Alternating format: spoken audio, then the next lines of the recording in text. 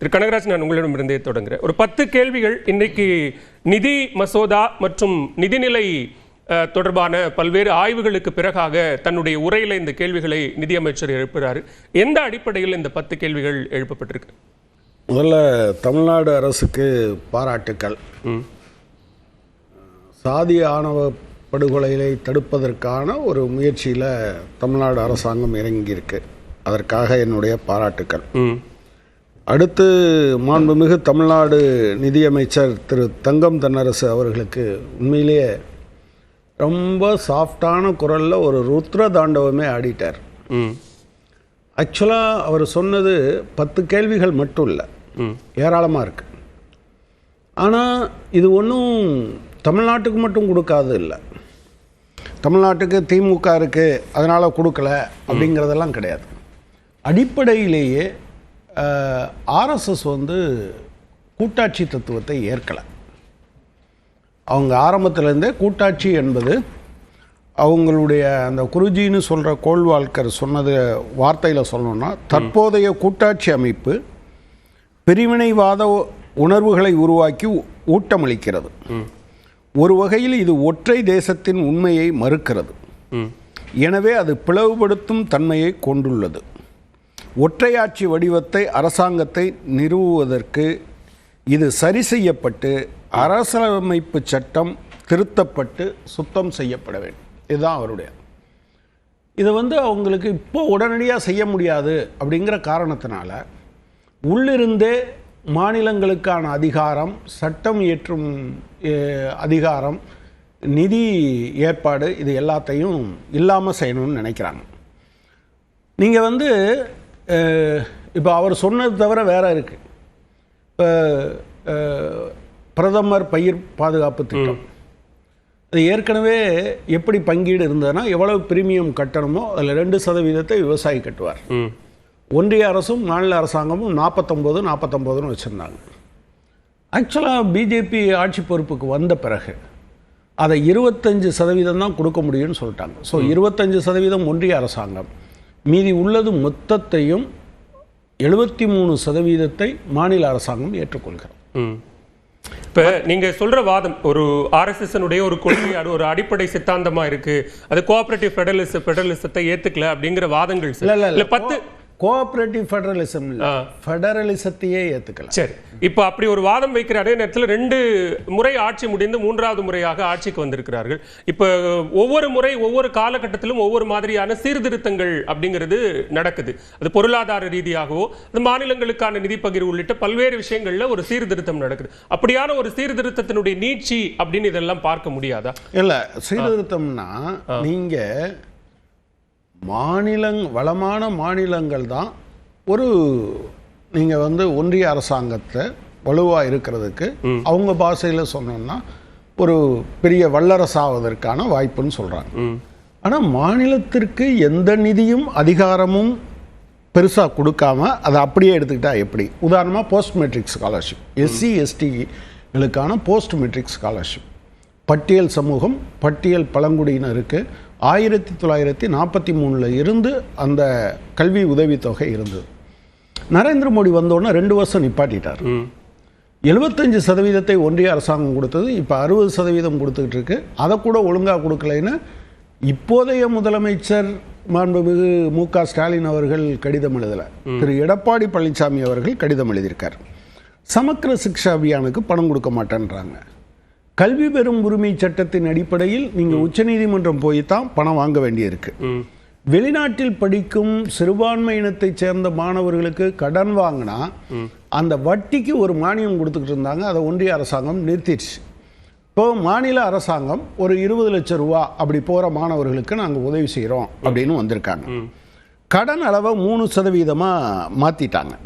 என்ன அப்படின்னா, நீங்கள் 3% மேலேயும் நம்ம வாங்க முடியும். வாங்கினா ரிசர்வ் வங்கி அனுமதி அளித்த அளவுக்கு வாங்கணும்னா 4.5% வட்டி கிடைக்கும், இல்லைன்னா 7%, 8%க்கு போக வேண்டியிருக்கும். சரி, அவர் சொன்னதில் அந்த குடிசை மாற்று வாரியம் இருக்கு இல்லையா, ஏற்கனவே பழைய குடிசை மாற்று வாரியம், இப்போ நகர்ப்புற வாழ்விட மேம்பாட்டு வாரியம்னு சொன்ன பிறகு 2020 அப்போது இருந்த அதிமுக அரசாங்கம் ஒன்றிய அரசாங்க நிர்பந்தத்தால் அவங்க ஏசியன் டெவலப்மெண்ட் பேங்கோடவும் உலக வங்கியோடவும் ஒரு ஒப்பந்தம் போட்டிருக்காங்க. ஓகே. அந்த ஒப்பந்தத்தின்படி குடிசை மாற்று வாரிய வீடுகள் வர்ற போது மாற்றி கட்டி கொடுத்தா ஆட்டோமேட்டிக்காக போயிடலாம். இப்போ 1.5 லட்சத்துலேருந்து 7 லட்சம் சொல்லியிருக்காங்க. திமுக அரசு இந்த காலத்தில் அதை இல்லாமல் அது இல்லாமல் நாங்கள் அனுமதிக்கிறோம்னு சொல்லியிருக்காங்க. அதெல்லாம் கேபி பார்க்கில் நடந்தது.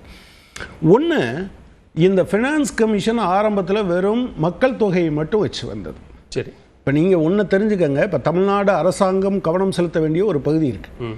இப்போ இருக்கக்கூடிய மக்கள் தொகை அப்படியே நீடிக்க வேண்டுமென்றால் ஒரு பெண் 2.1 குழந்தை பெற வேண்டும். ஓகே.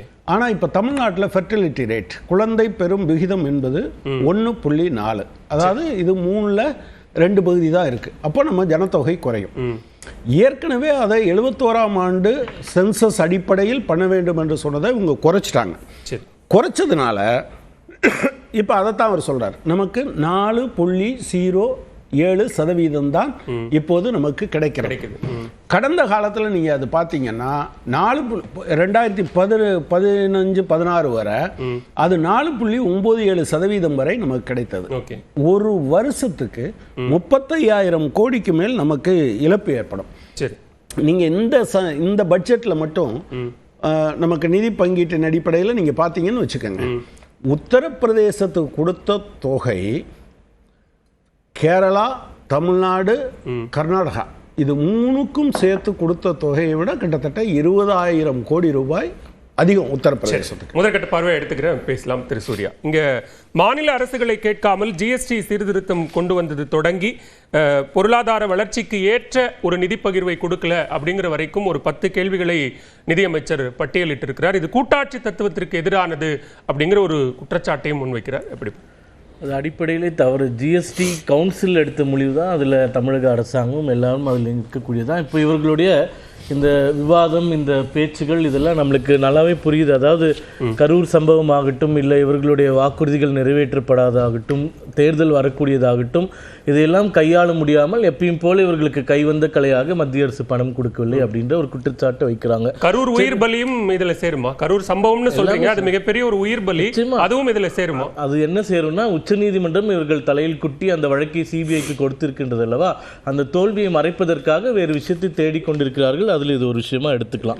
இப்போ சென்னை உயர்நீதிமன்றத்தினுடைய தலையில தான் கொண்டாங்க. இல்ல நான் எதுவும் குறுக்கிடல, இல்ல நீங்க இல்ல நான் குறுக்கிட மாட்டேன், நீங்க கருத்து முழுசா பேசுங்க. நீங்க மாநில அரசின் தலையில் கொட்டியதுன்னு சொன்னீங்களே, உயர்நீதிமன்றத்தின் தலையில் தான் கொட்டினாங்க, மாநில அரசின் தலையில் கொட்டினாங்களான்னு கேட்கிறேன். மாநில அரசின் தலையில் கொட்டியதனால தான் வழக்கு மாற்றப்பட்டிருக்கின்றது. உயர்நீதிமன்றம் கையாண்ட முறை தவறுன்னு 25 பக்கங்கள்ல 15 பக்கங்கள் தீர்ப்பு கொடுத்திருக்கு.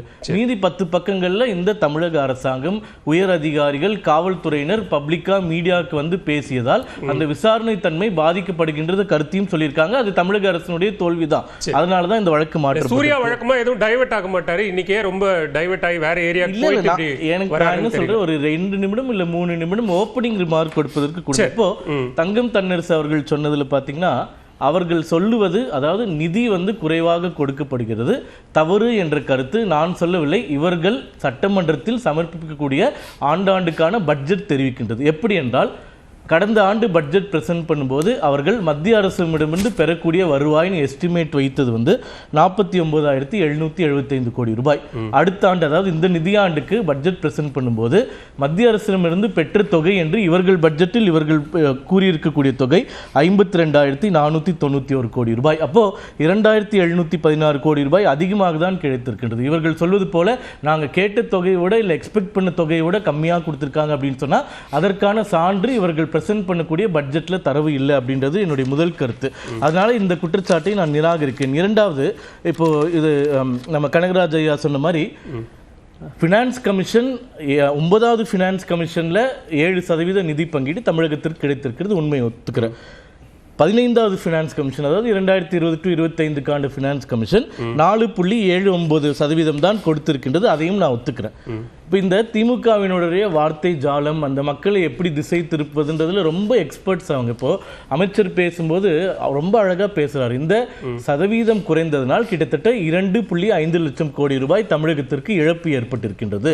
அந்த இழப்பு ஏற்படாமல் இருந்திருந்தால் ஒருவேளை கடனே வாங்க முடியாத சூழ்நிலை ஏற்பட்டு இருக்கு அப்படின்னு சொல்றாரு. நான் என்ன கேட்கிறேன் என்றால், 95 2014 வரைக்கும் இந்த காலகட்டம், இந்த 20 ஆண்டுகள்ல திமுக மத்திய அரசுல எவ்வளவு ஆண்டுகள் மத்தியில பங்குல இருந்தாங்க? கிட்டத்தட்ட 16 ஆண்டுகள் இருந்தாங்கன்னு நினைக்கிறேன். தப்புனா கொஞ்சம் கரெக்ட் பண்ணுங்க. அதாவது யுனைடெட் ஃப்ரண்ட் கவர்மெண்ட் வாஜ்பாய் அவர்களுடைய அரசாங்கம், யூபி அரசாங்கம் 10 ஆண்டுகள். இப்போ நீங்க ஆட்சியில 16 ஆண்டுகள் இருக்கும்போது தான் 7% 4.79% அந்த நிதி பங்கீடு குறைந்திருக்கின்றது. உங்களுடைய அமைச்சர்கள் கிட்டத்தட்ட சர்வ வல்லமை படைத்த அமைச்சர்கள், மத்திய அரசாங்கத்தையே கலைக்கக்கூடிய அமைச்சர்கள்லாம் பொறுப்பில் இருக்கும்போது தான் இந்த சதவீதம் குறைந்திருக்கின்றது. உங்க ஆட்சி காலத்துல மத்திய அரசாங்கத்தை கலைச்சவர் யாரு?